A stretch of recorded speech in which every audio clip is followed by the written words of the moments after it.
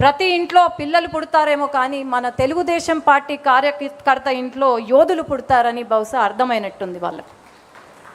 అట్లాగే ఆనాడు ఎంత కష్టం వచ్చినా సరే ఒక్క అడుగు వెనకడుగు వేయకుండా మన అధినేత కార్యకర్తలకు అండగా ఉంటూ నేనున్నాను అనే ధైర్యాన్ని ఇస్తూ మన పార్టీని ముందుకు తీసుకెళ్లారు.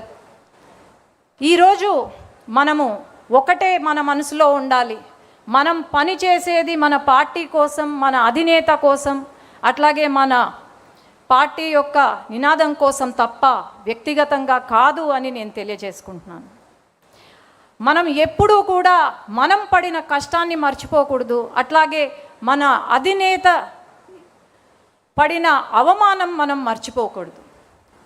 ఎప్పుడూ కూడా ప్రతి ఒక్కరం కాలర్ ఎత్తి గర్వంగా చెప్పుకునే ఒక రోజు వస్తే మన ప్రాణం ఉన్నంత వరకు మనం తెలుగుదేశం పార్టీ కార్యకర్త అని ధైర్యంగా చెప్పుకోవాలి. ఈరోజు మరి కొంతమంది మనల్ని బెదిరిస్తున్నారు. ఆ బెదిరింపులకు బెదిరేది తెలుగుదేశం పార్టీ కార్యకర్త కాదు, గుండెల్లో భయం లేదు, కేవలం పసుపు రక్తం ఉందని మనం ధైర్యంగా చెప్పుకోగలుగుతున్నాం.